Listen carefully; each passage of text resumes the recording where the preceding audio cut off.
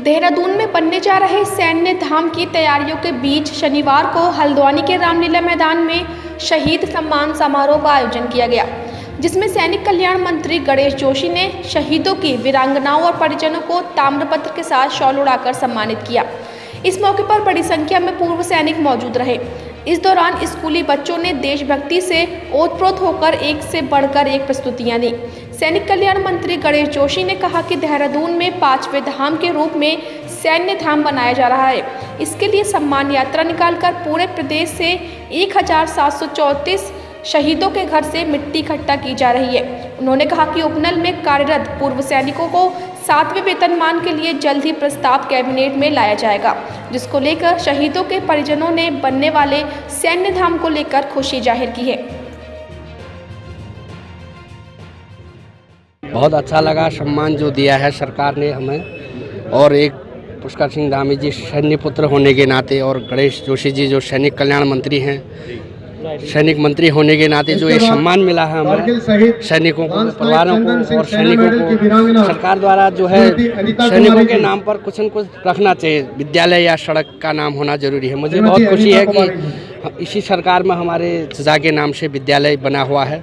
बहुत गौरवान्वित महसूस कर रहे हैं। ये हमारे गांव में बना है, पैतृक गांव ओखलकांडा पतलौर। सैन्य धाम जो है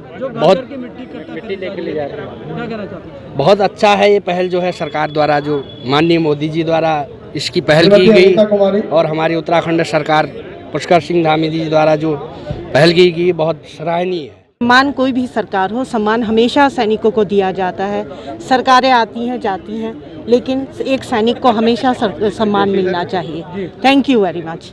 और मैम किस प्रकार की अगर समस्याओं की बात करें सैनिक परिवारों की, कोई इस प्रकार की कोई समस्या जो आप सरकार से कहना चाहते हैं? बस कुछ नहीं, रोजगार ही एक समाचार है इस समय, बस यही समस्या है, यही समाचार है, बाकी सब कुछ ठीक है। सरकार जो सैन्य धाम देहरादून में बनाने जा रही है उसके लिए क्या कहना चाहते हैं? जो घर घर की मिट्टी इकट्ठा करी जा रही है, ये बहुत अच्छी बात है कि हर सैनिक को सम्मान मिला। उसके घर जाकर उसके घर से उसकी मिट्टी इकट्ठी की गई, और सैन्य धाम जो 5वां धाम स्थापित हो रहा है, ये उत्तराखंड वासियों के लिए बहुत ही सम्मानजनक बात है। जहाँ कहीं भी कोई शहीद होगा उसके गांव का नाम, उस मार्ग का नाम उस शहीद के नाम पे होगा। अगर सड़क पे नहीं होगा तो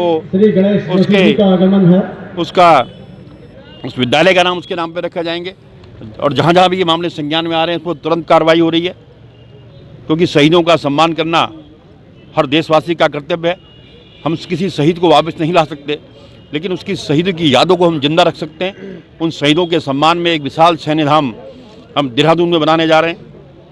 उसके लिए हमने संकल्प लिया है कि हर शहीद के घर की पवित्र मिट्टी, पूरे प्रदेश के अंदर 1734 शहीद परिवारों से हमने संपर्क किया है, उस घर की पवित्र मिट्टी को एक कलश में लेकर हम देहरादून जा रहे हैं, और उससे वहाँ पर विशाल सैन्य धाम का निर्माण होगा।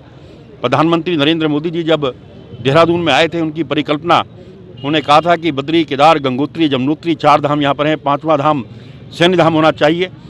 उनकी परिकल्पना और मेरा ड्रीम प्रोजेक्ट, क्योंकि मैं पूर्व सैनिक भी हूँ और सौभाग्य से मंत्रालय मेरे पास है, उस दिशा में हम काम कर रहे हैं। और जहाँ भी जा रहा हूँ, मैं 2-2.5 महीने से पूरे प्रदेश में घूम रहा हूँ, एक बड़ा उत्साह हमारे सैनिकों और उनके परिजनों में है। उन्होंने कहा वास्तव में आप एक बहुत सार्थक और नेक काम कर रहे हैं। मैं उन सभी शहीदों को नमन करता हूं, प्रणाम करता हूं। जिस प्रकार से आज यहाँ पर सम्मानित किया जा रहा है, उनको ताम्रपत्र से उनकी समस्याओं की बात करें तो कितना मतलब सैनिक कल्याण मंत्री आप देखिए, अक्सर सम्मान समारोह में एक छोटा सा एक कागज का वो बनाकर एक सर्टिफिकेट दे दिया जाता था, और कुछ दिनों बाद वो कूड़े में चले जाता था। आज हम बाकायदा एक ताम्रपत्र हमने जो बनाया, जिस प्रकार स्वतंत्रता संग्राम सैनिक को दिए हैं, हम उनको वो दे रहे हैं, उनका सम्मान कर रहे हैं। और मैं जहाँ जहाँ भी जा रहा हूँ इस कार्यक्रम के प्रति लोगों में अपार श्रद्धा और उत्साह है। सर, आप सैनिक भी रह चुके हैं, उपनल कर्मचारी सैनिक कल्याण में हैं, वो 7वें वेतन की मांग कर रहे हैं। देखिए, उनको हम कैबिनेट में ला रहे हैं। इस कैबिनेट में आना था, लेकिन कैबिनेट नोट नहीं बन पाया। शीघ्र ही उनको जो है 7वां वेतनमान दिया जाएगा। एक सम्मान समारोह का कार्यक्रम है, जिसमें अपने शहीद हुए सैनिकों के परिजनों को सम्मानित कर रहे हैं।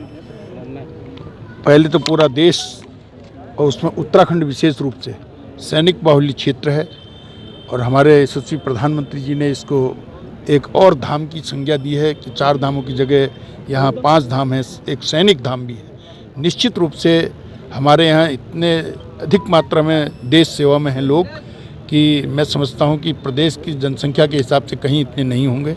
आज सरकार ने धामी जी के नेतृत्व में ये कार्यक्रम किया है, बहुत अच्छी बात है।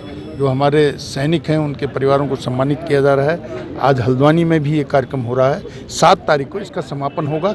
इसका प्रारंभ जो है हमारे राष्ट्रीय अध्यक्ष नड्डा जी ने किया था।